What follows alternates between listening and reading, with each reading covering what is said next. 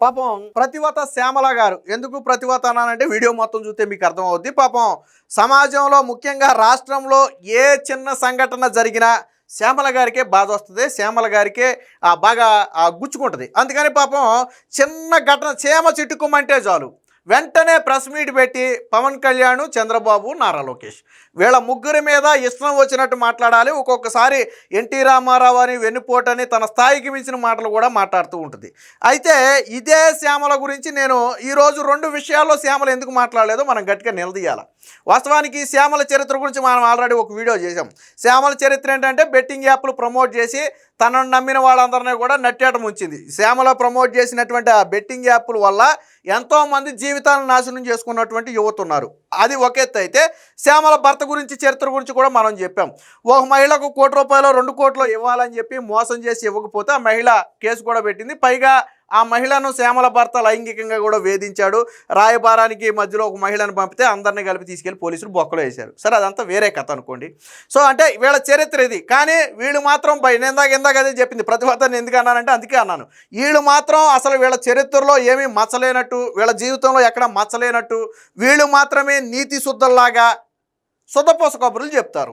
మరి శ్యామల ఇన్ని మాటలు మాట్లాడింది కదా, టీడీపీ నేతల గురించి మాట్లాడింది, ఎన్టీ రామారావు గారి గురించి మాట్లాడింది, లేకపోతే మొన్న జరిగినటువంటి కాశీబుగ్గ ఘటన గురించి మాట్లాడింది, బస్సు ప్రమాదం గురించి మాట్లాడింది.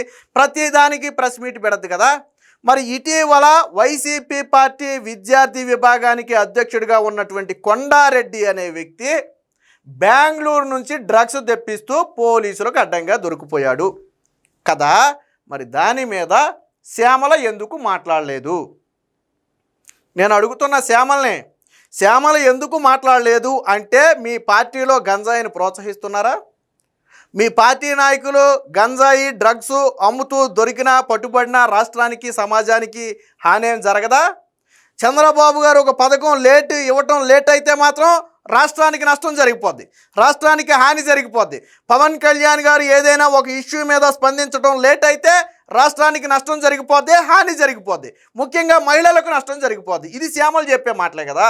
మరి ఈరోజు మీ పార్టీ నాయకుడు డ్రగ్స్ అమ్ముతూ విద్యార్థుల మొత్తాన్ని కూడా డ్రగ్స్ మత్తులో ముంచి వాళ్ళ జీవితాలను నాశనం చేసి వాళ్ళ కుటుంబాలను నాశనం చేస్తే శ్యామలకు పట్టలేదా అని నేను అడుగుతున్నా. రెండోది, మొన్న సాక్షిలో ఒక వార్త వచ్చింది. ఏలూరులో ఒక ప్రైవేట్ స్కూలు మైనర్ విద్యార్థి మీద లైంగిక దాడి జరిగింది, కూటమి ప్రభుత్వంలో మహిళల మీద దాడులు అని చెప్పి సాక్షిలో కథనం వేశారు. తరువాత అదే సాక్షిలో నిన్న 5వ తారీఖున ఆవిడ మహిళ కాదు, అది అత్యాచారం కాదు అని మళ్ళీ 2వ కథనం కూడా వేశారు. కానీ నిన్న అదే వైఎస్ఆర్సీపీ అఫీషియల్ సోషల్ మీడియాలో మళ్ళీ బాలిక మీద లైంగిక దాడి అని వేశారు. మరి జరగని దాడిని జరిగినట్లుగా వైసీపీ పార్టీ ఇంత విష ప్రచారం చేస్తుంటే ఒక మహిళగా శ్యామల ఎందుకు ఖండించలేదు? శ్యామల ప్రెస్ మీట్ పెట్టి సాక్షిలో తప్పుడు కథనం రాసినందుకు భారతీరెడ్డిని, వైసీపీ అఫీషియల్ పేజ్లో తప్పుడు కథనాన్ని ప్రచురించినందుకు జగన్మోహన్ రెడ్డిని ప్రెస్ మీట్ పెట్టి ఎందుకు కడిగేయలేదు? నువ్వు కడిగేయాలి కదా. నువ్వు చీమ చిట్టుకుమంటే ప్రెస్ మీట్ పెడతావు కదా. నీ అంతిమ లక్ష్యం ప్రజలకు నష్టం జరిగితే ప్రశ్నించడమే అని నువ్వు అనుకుంటే ఎందుకు మాట్లాడలేదు? ఈవెన్ నిన్నగాక మొన్న పోలీసుల విచారణలో శ్యామల స్క్రిప్ట్ ప్రకారమే చదివానని చెప్పిందనే ఒక వార్త వచ్చింది. సాధారణంగా వార్తా కథనాలు తమకున్నటువంటి సోర్స్ ఆధారంగా రాస్తాయి. సాక్షిలో వచ్చే ప్రతి కథనానికి సోర్స్ ఉందని నేను అడుగుతున్నా. నువ్వు మహిళల మీద లైంగిక దాడని రాశారు, ఏ సోర్స్ మీద రాశారు నేను అడుగుతున్నా. ఒక ప్రైవేట్ స్కూల్ విద్యార్థి మీద లైంగిక దాడని రాశారు, ఏ సోర్స్తో రాశారు? నేను చూపిస్తా, కథనాలు ఆధారాలు ఉన్నాయి నా దగ్గర, ఏ సోర్స్తో రాశారు. అలాంటిది మొన్న 2-3 పత్రికల్లో శ్యామల ఇలా మాట్లాడినట్టుగా ఒక వార్త వస్తే నేను మాట్లాడానా? ఎక్కడ మాట్లాడాను? ఎప్పుడు మాట్లాడాను? పోలీసులు సమాచారం ప్రెస్కే లాగెళ్ళింది. నీ బాధ నిజం బయటికి వెళ్ళిందనా లేదా అబద్ధం చెప్తున్నారనా? వార్తల్లో వచ్చింది అబద్ధం అని చెప్పట్లా. పోలీసులతో నేను మాట్లాడింది మీడియాకి ఎలా వెళ్ళింది ఎవరు చెప్పారు అంటది. అంటే నువ్వు మాట్లాడింది నిజమే కదా. ఎలా చెప్పారంటే అదే మీడియాకి ఎవరు చెప్పరు, విశ్వసనీయ వర్గాల ద్వారా వాళ్ళు సమాచారం సేకరించుకుంటారు, అదే మీడియా. నీ సాక్షిలో రాస్తున్నారు కదా కథనాలు. మొన్న జరిగిన ఈ గంజాయి దాని గురించి ఒకసారి చూద్దాం. మరి శ్యామల ఎందుకు మాట్లాడలేదు చెప్పాలా. ఇక్కడ చూడండి, విశాఖలో వైసీపీ డ్రగ్స్ దందా ఇతర రాష్ట్రాల నుంచి తెచ్చి విక్రయిస్తున్న వైసీపీ విద్యార్థి విభాగం నేత కొండారెడ్డి విద్యార్థులే లక్ష్యంగా మాదక ద్రవ్యాల విక్రయం. గుడివాడ యువకుడితో బెంగళూరు నుంచి విశాఖకు చరణ్ అంటే మధ్యవర్తిగా వాడుకున్నటువంటి చరణ్ దగ్గర 36 LSD బోల్ట్స్ పట్టేసిన పోలీసులు. హైదరాబాద్, గోవా నుంచి కూడా తెప్పిస్తున్నట్టుగా వెల్లడి. జగన్, అమర్నాథ్ రెడ్డిలతో కొందారెడ్డికి సత్సంబంధాలు, 4 అరెస్టు, రిమాండు, మరొకరి కోసం గాలింపు. సో ఎంత క్లియర్గా ఎవరైతే విశాఖ అనుకుంటా, బహుశా విశాఖ జిల్లా వైసీపీ విద్యార్థి విభాగం అధ్యక్షుడిగా ఉన్నటువంటి కొండారెడ్డి, ఇక్కడ జగన్తో ఫోటో ఉంది, ఇంకా కొన్ని ఫోటోలు నేను చూపిస్తాను. సో మరి ఈ రకంగా దీన్ని వైసీపీ పార్టీ కూడా ఖండించలా. ఈ వ్యక్తికి మాకు సంబంధం లేదని కానీ, లేదా ఈ వ్యక్తి డ్రగ్స్ తీసుకురాలేదని కానీ వైసీపీ కూడా ఎక్కడ చెప్పలా. వైసీపీ పార్టీ నుంచి ఎవరు బయటికి రాలా.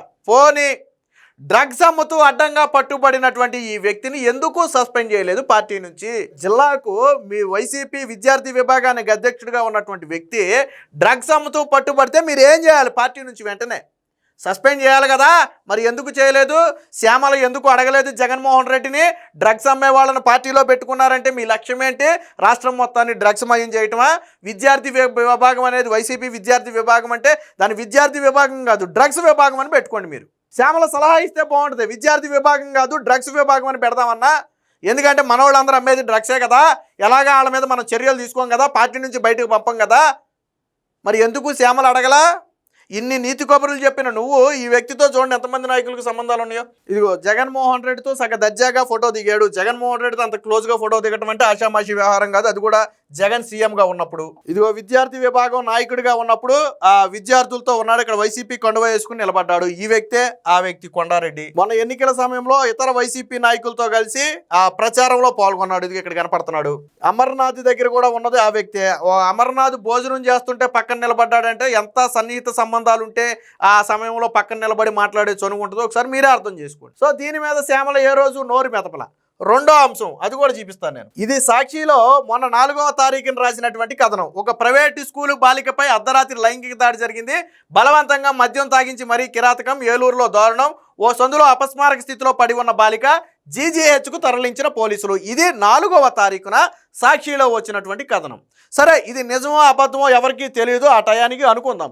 5వ తారీఖున సాక్షిలో ఇంకో కథనం కూడా వచ్చింది, చూద్దాం. ఇది సాక్షిలో 5వ తారీఖున వచ్చిన కథనం. ఆమె బాలిక కాదు, వివాహిత. మద్యం తాగి పిట్స్ వచ్చి అపస్మారక స్థితిలోకి వెళ్ళింది. ఏలూరు డిఎస్పీ శ్రావణ్ కుమార్ వెల్లడి. సో ఇదే సాక్షిలో ఒక స్కూలు మైనర్ బాలిక మీద దాడి అని రాసిన సాక్షిలో బాలిక కాదు, వివాహిత అని రాశారు. అది లైంగిక దాడి కాదు, ఆ అమ్మాయి మద్యం తాగి కొంచెం ఫిట్స్ వచ్చి పడిపోయిందని రాశారు. దానికి సంబంధించి సీసీటీవీ ఫుటేజ్తో సహా అన్ని వివరాలు ఉన్నాయి. స్వయంగా బాలిక స్పృహలోకి వచ్చిన తర్వాత తన మీద ఏ దాడి జరగలేదని చెప్పింది, తాను బాలిక కాదని అంతకంటే చెప్పింది కదా. ఇది 5వ తారీఖున కథనం. ఇక డేట్ కూడా ఉంది, 5/11/2025. 5వ తారీఖున కథనం. తర్వాత ఇదే 5వ తారీఖు అంటే 4వ తారీఖు సాయంత్రానికే దీని మీద వివరణ వచ్చేసింది. 5వ తారీఖు ప్రచురించారు కదా. ఇక్కడికి క్లియర్ కదా, బాలిక కాదు, లైంగిక దాడి అంతకంటే కాదు కదా. కానీ వైసీపీ అఫీషియల్లో ఏం వేశారు? నిన్న 5వ తారీఖు మధ్యాహ్నం సుమారు 10-11 గంటల సమయంలో వైసీపీ అఫీషియల్లో ఏం రాశారు? ప్రైవేటు స్కూలు బాలికపై అర్ధరాత్రి లైంగిక దాడి, బలవంతంగా మద్యం తాగించి మరీ కిరాతకం, ఏలూరులో దారుణం, అపస్మారక స్థితిలో ఉన్న బాలిక, స్థానికుల సమాచారంతో జీజీహెచ్కు లైంగిక దాడి జరిగినట్లుగా వైద్యుల అనుమానం అని రాశాడు. 5వ తారీఖు ఉదయానికే సాక్షిలో ఒక కథనం వచ్చింది, అది లైంగిక దాడి కాదు, బాలిక కాదు అని. మరి 5వ తారీఖు మధ్యాహ్నం నువ్వు ఎలాగ ఈ తప్పుడు కథనాన్ని ప్రచురించావు? మరి దీని మీద ఎందుకు ఒక సాటి మహిళగా ఎందుకు శ్యామల నిలదీలా? మన వార్తాపత్రికలో తప్పుడు కథనం ఎందుకు రాశారని భారతీరెడ్డిని ఎందుకు నిలదీలా? అదే తప్పుడు కథనాన్ని వైసీపీ అఫీషియల్ పేజీలో అది తప్పు అని తెలిసిన తరువాత కూడా విష ప్రచారం చేసినందుకు ఎందుకు జగన్మోహన్ రెడ్డిని నిలదీలా? ఒక మహిళగా తోటి మహిళ మీద అసత్య కథనాలు రాసినప్పుడు, తోటి మహిళ మాన ప్రాణాల మీద తప్పుడు కథనాలు రాసినప్పుడు నిలదీయాల్సిన బాధ్యత శ్యామలకు ఉందా లేదా? శ్యామలకు ఉందా లేదా? ఇదే ఘటన కన ఒకవేళ నిజంగా లైంగిక దాడి జరిగి అందులో టీడీపీ జనసేనలకు చెందిన ఎవరి పాత్ర అయినా ఉందని తేలితే ఈ పాటికి శ్యామల 3 ప్రెస్ మీట్లు పెట్టేది. 3 ప్రెస్ మీట్లు పెట్టేది నిన్న వాటిలో. మరి ఎందుకు దీని మీద నిలదీలా? అంటే మీ పార్టీ వాళ్ళు మహిళల మాన ప్రాణాల మీద నీచమైన మాటలు మాట్లాడినా, నీచమైన కథనాలు రాసినా, సోషల్ మీడియాలో తప్పుడు ప్రచారాలు చేసినా మన కళ్ళు కనపడవు, చెవులు వినపడవు, నోరు మాత్రం పెగలదు. అదే కూటమి ప్రభుత్వానికి చెందిన వాళ్ళు ఎవరైనా ఉన్నారని తెలిస్తే చాలు, దాని మీద చెలరేగిపోతాం. పైగా ఇక్కడ ఎంత దారుణమో చూడండి. ఇక్కడ ఏలూరులో విద్యార్థినిపై సామూహిక అత్యాచారం, మద్యం తాగించి లైంగిక దాడికి పాల్పడినట్లుగా నిర్ధారించిన వైద్యులు. ఇక్కడ ఏమని రాశాడు? లైంగిక దాడికి పాల్పడినట్లు నిర్ధారించిన వైద్యులు అని రాశాడు. ఏ వైద్యులు నిర్ధారించారు? ఇక్కడేమో నిర్ధారించిన వైద్యులు అని రాశాడు, ఇక్కడేం రాశాడు? వైద్యుల అనుమానం అని రాశాడు. మరి ఏ చెప్పుతో కొట్టాలి? ఇక్కడ నిర్ధారించారని రాశాడు డాక్టర్లు, ఇక్కడ డాక్టర్లు అనుమానం అని రాశాడు. ఏ డాక్టర్ నిర్ధారించాడు? ఏ డాక్టర్తో సాక్షి మాట్లాడింది? ఏ డాక్టర్తో వైసీపీ పార్టీ నాయకులు మాట్లాడారు? మరి శ్యామల ఇలాంటి తప్పుడు కథనాల మీద ఎందుకు స్పందించదు? అంటే మీ పార్టీలో డ్రగ్స్ అమ్మినా పర్లేదు, మహిళల మాన ప్రాణాల మీద నీచమైన కథనాలు రాసినా పర్లేదు. పైగా ఇంకో ఘటన మొన్న ఏదది మద్యం, అసలు శ్యామల మీద కేసు నమోదైంది అది కదా. మొన్న కాశీబుగ్గ మొన్న ఏదైతే బస్సు ప్రమాదం జరిగిందో, బస్సు ప్రమాదంలో జరగడానికి కారణమైనటువంటి యువకుడు బెల్ట్ షాపులో మద్యం కొన్నాడని మాట్లాడింది. కానీ అది బెల్ట్ షాపు కాదు, లైసెన్స్డ్ వైన్ షాప్ అని పోలీసులు ఆధారాలు విడుదల చేశారు. ఆ టైంలో అర్ధరాత్రి టైంలో ఆ షాపు లేదు, వాళ్ళు చెప్పిన బెల్ట్ షాప్ అనేది అబద్ధం. మరి దాని మీద పోలీసులు ఆధారాలు ఇచ్చిన తరువాత అయినా సరే నువ్వు వివరణ ఇవ్వాలి కదా. నాకు తెలియక మాట్లాడాను, నేను తప్పుడు మాటలు మాట్లాడినందుకు నేను క్షమాపణ అడుగుతున్నానని చెప్పి ఒక స్టేట్మెంట్ ఇవ్వాలి కదా శ్యామల. నేను బెల్ట్ షాపులని మాట్లాడాను, తప్పు, అది బెల్ట్ షాపు కాదు అని స్టేట్మెంట్ ఇవ్వాలి కదా.